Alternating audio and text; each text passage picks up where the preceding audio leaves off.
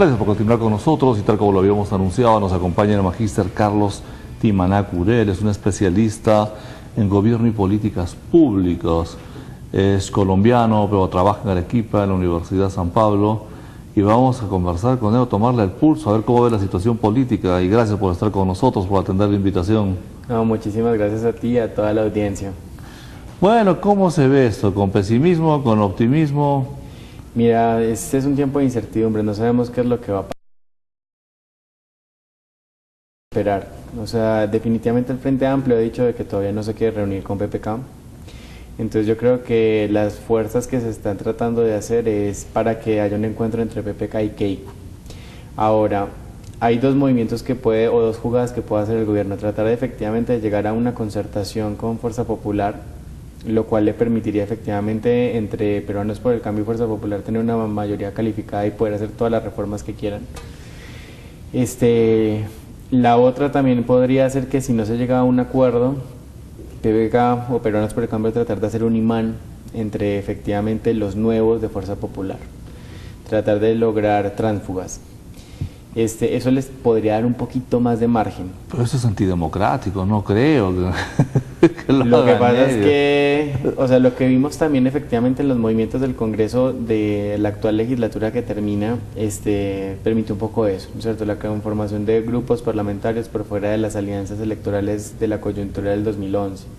Entonces yo creo que podríamos ver también un poco ese escenario. Ahora, ¿qué es lo que se le puede ofrecer a Keiko? Ese es el gran tema, o sea, ahí entra efectivamente la detención domiciliaria de Alberto Fujimori, entra un tema de agenda programática, también un tema burocrático, entonces es de lo que vaya efectivamente a negociarse, es lo que con ella.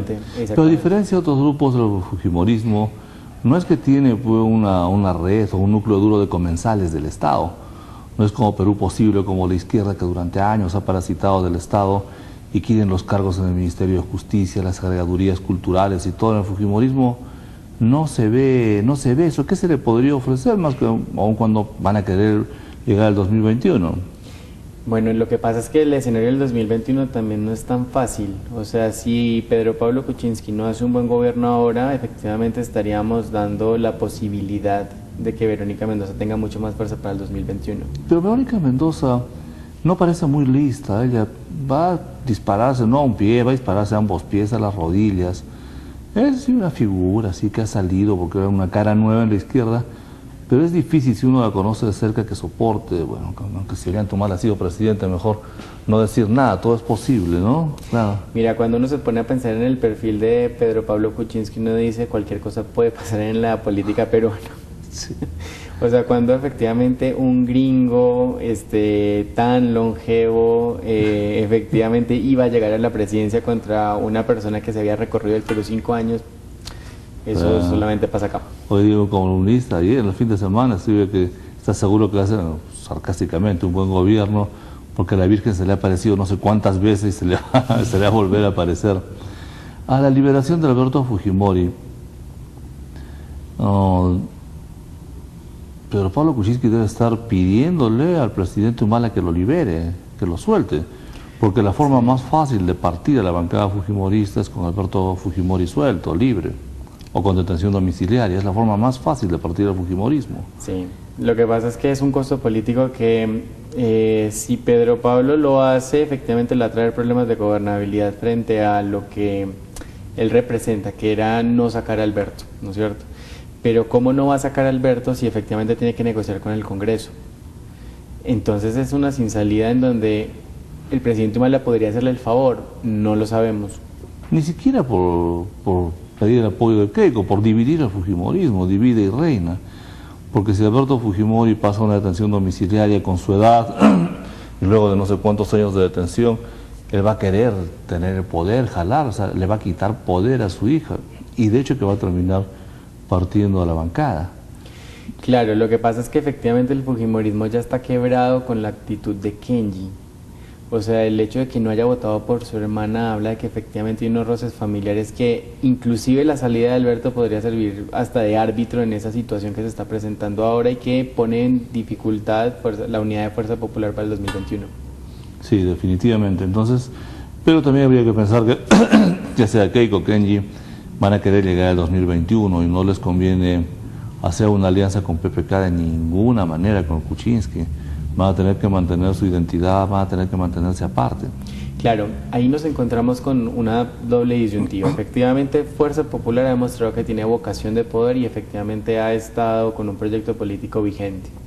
Eso no pasa, o no ha pasado con efectivamente el partido de Alejandro Toledo, todos estos micropartidos, el Partido Humanista, Somos Perú, etcétera. Pero ¿qué es lo que efectivamente está en juego? Está en juego el modelo. Entonces, si Pedro Pablo Kuczynski no hace un buen gobierno, lo que pasa es que efectivamente está el tema de que, bueno, pues ya siempre se trata de atajar, ¿no es cierto? Entonces en el 2006 tratamos de atajar a Ollanta, pero en el 2011 nos cansamos y dejamos que Ollanta llegara. Ahorita atajamos a Verónica, pero entonces en el 2021 pues dejémosla nomás. Y no podemos efectivamente, o el fujimorismo no debería dejar de que ese escenario se presente. Primero, por el bien del país, o sea, cambiar el modelo, ya vemos cómo está Venezuela, qué es lo que pasa efectivamente cuando se ponen esos controles de precios, etcétera.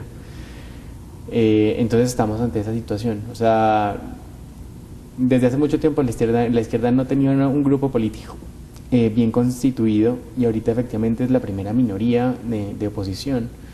Entonces esta disposición, o sea, y la importancia que tuvo electoral en el sur, o sea, no es despreciable. Entonces hay que ponderar esos escenarios. Pero sí cambian también, porque pensaba en el sur, no sé, es muy especial, el sur votó por Fujimori en el 90 contra Vargas Llosa, increíble, votó por Toledo, votó por Humala, o sea, como que parecería que no vota muy bien, digamos, alguien podría decir, ¿no? Entonces ya va, se supone que tendría que ir aprendiendo, que está aprendiendo de repente con lo de PPK, o va a aprender, tiene que aprender en algún momento, no puede estar toda la vida así, ¿no? Hay algo muy interesante, o sea, cuando en el centro de gobierno José Luis Bustamante y Rivero comenzábamos a estudiar, bueno, ¿cuál es el perfil de ese votante arequipeño? Nos encontrábamos que el perfil del votante arequipeño no es fujimorista, no es aprista, ¿no es cierto? Ya con eso, en algunos momentos, bueno, cuando comenzamos nuevamente pues con el tema de las elecciones regionales, sí llegaron pues los apristas al poder, pero después de eso ya no más, ya quedaron curados. Pero siempre hay un voto de descontento, ¿no es cierto? Descontento, hay un voto efectivamente que no está muy permeado por el tema de valores, ¿no es cierto?, tradicionales, sino más bien de una preocupación económica, ¿no es cierto? Y de una reivindicación o de querer efectivamente un cambio social, sobre todo socioeconómico. Entonces, quien toma esas banderas por lo general sale premiado. Entonces, tanto Ollanta Humala era como efectivamente esa persona que podría impulsar versus un candidato aprista, ¿no es cierto? Y PPK efectivamente con el tema... Toledo con la Chacana, el nuevo Pachacú. Exactamente. Y en alguna medida PPK desde el comienzo de la campaña se mantenía firme en Arequipa. O sea, PPK no bajó solamente con Julio Guzmán en el tema pues de preferencias, pero PPK siempre estuvo en el radar de los arequipeños. A mí era algo que me impresionaba mucho porque efectivamente muestra este tema de la importancia del voto económico, ya no efectivamente de querer un gran cambio social, más política social, sino un tema de poder volver al crecimiento. Entonces, el voto arequipeño se distancia mucho de lo que vemos en las regiones aledañas, ¿no es cierto?, donde el Frente Amplio tuvo una importancia mucho mayor, pero también efectivamente es una forma de comprender la política muy diferente a Lima y muy diferente a los vecinos. ¿Y Tacna? ¿Cómo se explica que Tacna, una sociedad de migrantes, porque ahí está más de la mitad de Puno de la población, creo que la mitad de la población de Tacna se define aymara hablante, más de la mitad se definen, ojo, que es ya muy difícil que se definan, y son comerciantes, y Tacna ha crecido, es una sociedad comercial? ¿Cómo explicar ese voto? Pero hagamos una pausa, por favor, los dejamos con nuestro patrocinador, Claro, y regresamos. ¿A que no sabe? Ahora en Claro Prepago, hable ilimitado con todos los Claros del Perú. Además de Facebook, Twitter y WhatsApp gratis. Todo.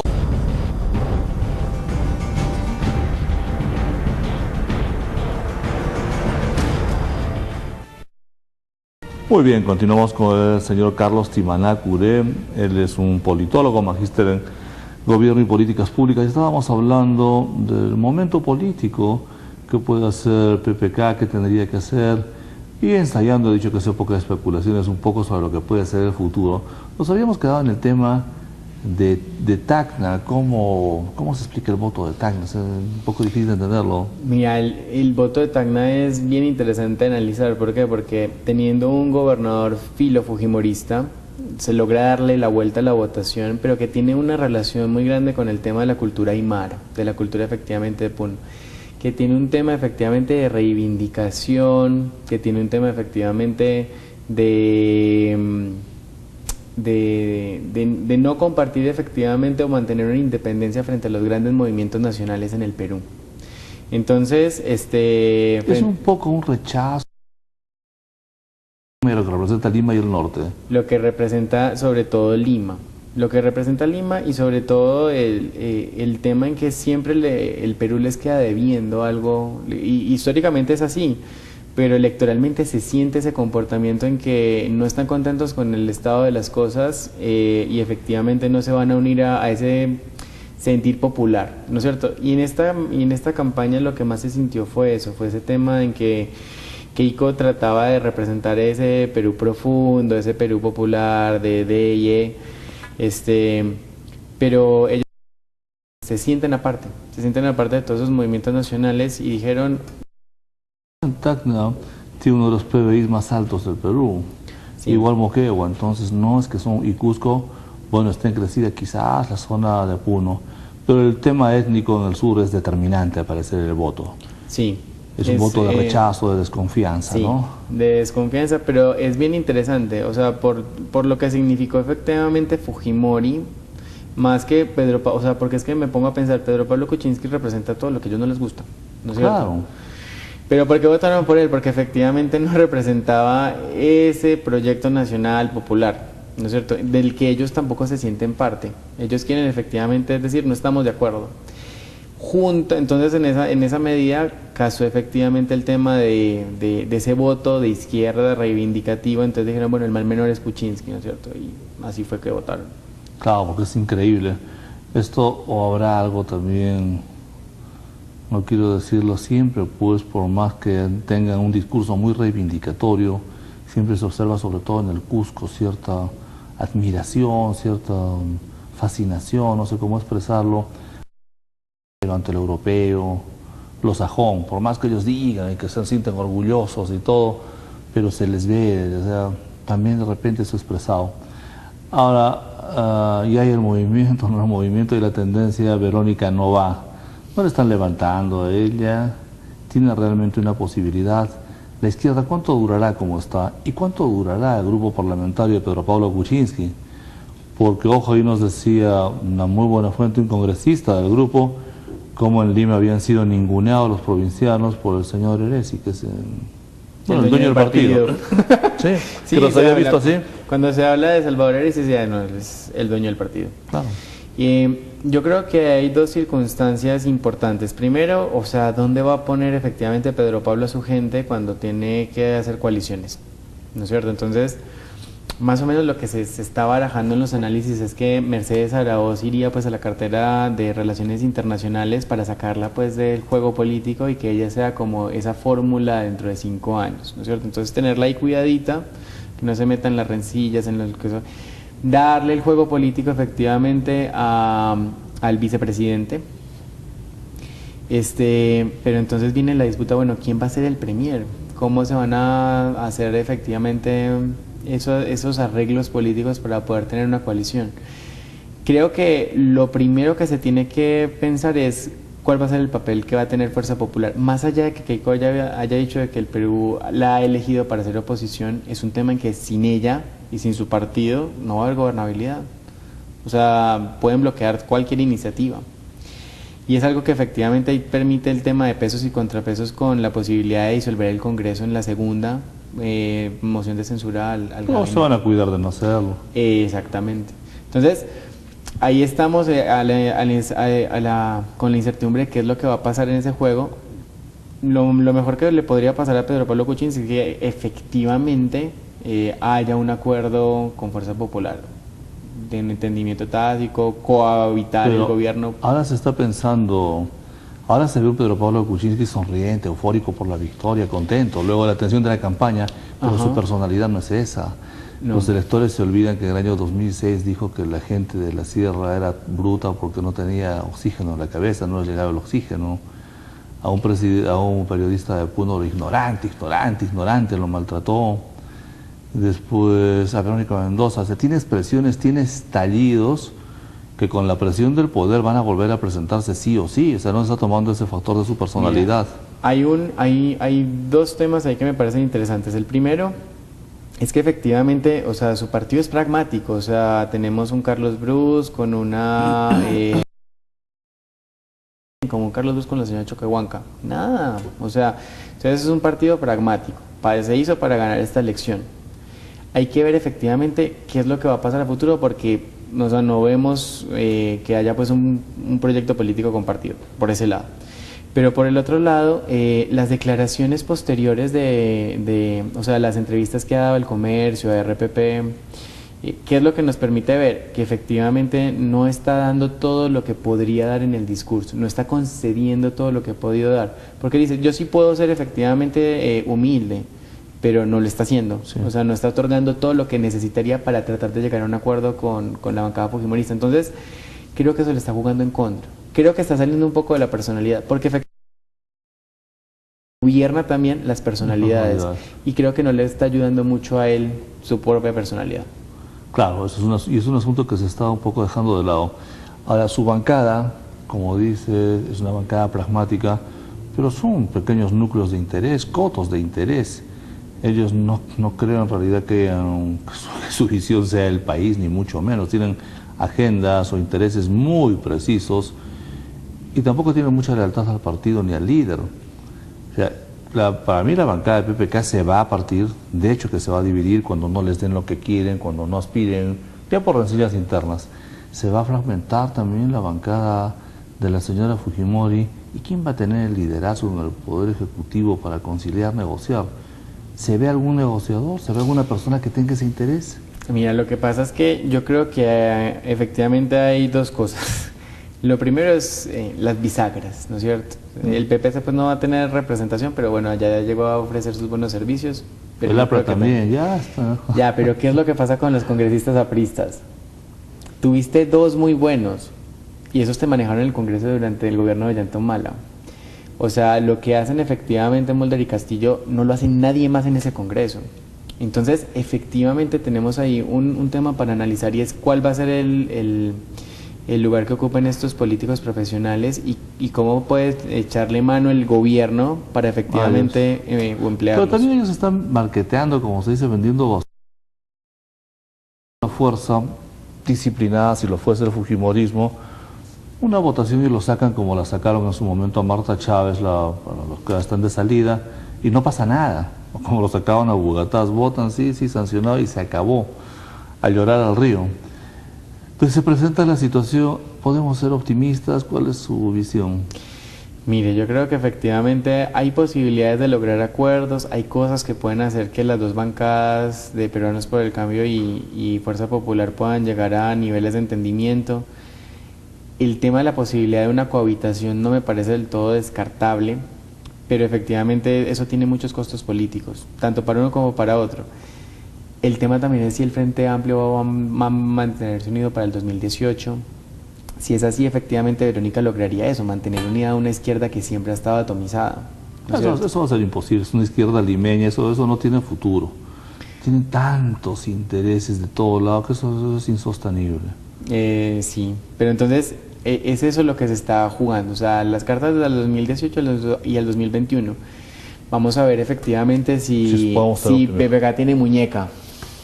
Esperemos que sí, que no se le haya un poco anquilosado.